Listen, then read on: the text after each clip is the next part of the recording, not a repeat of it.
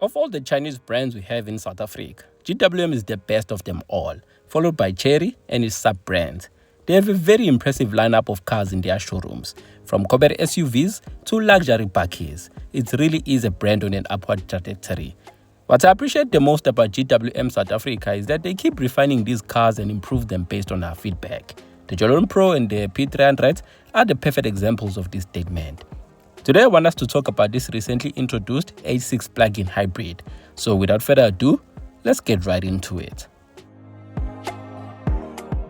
The H6 is one of 4 SUVs being sold by HAVAL in South Africa, along with the Jolion Pro, the H6 SUV, and the recently introduced H7. I do have in-depth reviews of all these cars, so I will leave their links at the description of this video. The sport version of most cars usually takes the shape of the same car it's based on. For an example, the VW Polo GTR has the same shape as the Polo Life and the R-Line. This is not the same approach HAVAL took with this H6 GT, which is a completely different car compared to the normal H6.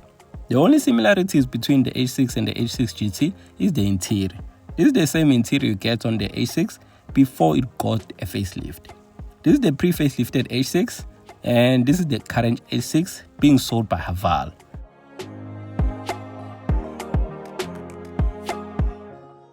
In terms of trims, the H6 GT has a super luxury, which has a 2-liter petrol engine that puts out 155 kilowatts of power and 325 Newton meters of torque.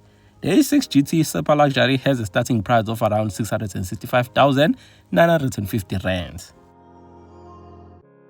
Now, the H6 plug-in hybrid is available in ultra luxury spec and has a 1.5-liter engine mated to an electric motor and a battery. The system has a combined power output of around 321 kilowatts and 762 Newton meters of torque. For context, the 2-liter engine on the Polo GTI will give you 147 kilowatts of power and 320 Newton meters of torque. HAVAL estimate that the H6 will do 0 to 100 kilometers in just 4.9 seconds. Even despite the mismatch in sizes, I don't see a Polo GTI ever catching this H6 plug-in hybrid in a race. For those channels specializing in these sort of races, the race between these two cars will be a very interesting one. Anyways, because this is a plug-in hybrid, it has an area for charging and an area for your petrol, as in a car using an internal combustion engine. In a single charge, this plug-in hybrid has a potential of driving for up to 1,000 kilometers of combined range on a single charge and a tank of petrol. This is perfect for long distance trips. The electric power alone can cover up to 180 kilometers. This is perfect for daily commuting. These hybrids and plug-in hybrids are the sweet spot for South Africans than full electric vehicles, because it's quite clear that the world is moving away from internal combustion engines. I'm glad these Chinese brands are adopting hybrids and plug-ins, not just going full electric, making their cars super expensive and unattainable for an average South African. These cars are also tackling one of their biggest problems, which is petrol efficiency. Anyways, buying a plug-in hybrid means you are losing out on this.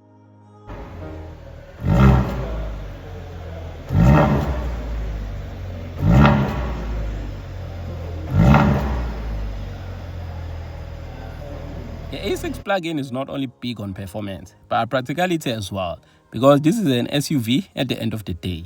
These are the back seats of the H6, and as you can see, there's plenty of knee room and leg room. You get an armrest with 2 open cup holders, and you can use these ISOFIX anchor points for a child seat. Now let's check out the boot. The boot of this H6 is massive, which is what you need in an SUV. You get this retractable parcel shelf for added practicality, and you can fold the rear seat in a 60-40 split if you need more boot space. Underneath the false floor, because this is a plug-in hybrid, instead of a spare wheel, you get an electric motor and a battery system. The H6 plug-in has an electric tailgate. Very lovely.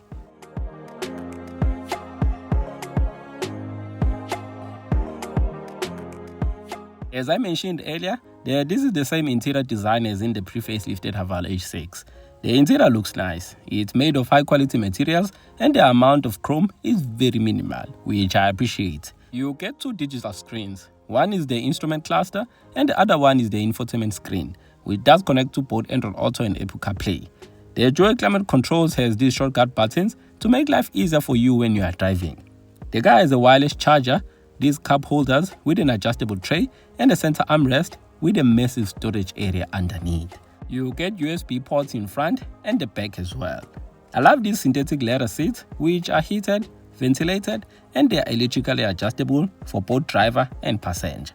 The A6 comes with this panoramic sunroof, which doesn't open all the way through, but better than not having a sunroof. In terms of safety, the A6 plug-in hybrid has a total of 7 airbags, adaptive cruise control, a 360-degree surround view camera, and all these safety features which you are seeing on your screen. In summary, the A6 plug-in hybrid is a super performing SUV that is practical, safe, and good looking. I like the blend of white and black finishes on this one. Very lovely. Now, if you buy this A6 plug-in, it will come with GWM Care. This offers a 7 years, 200,000 kilometer warranty.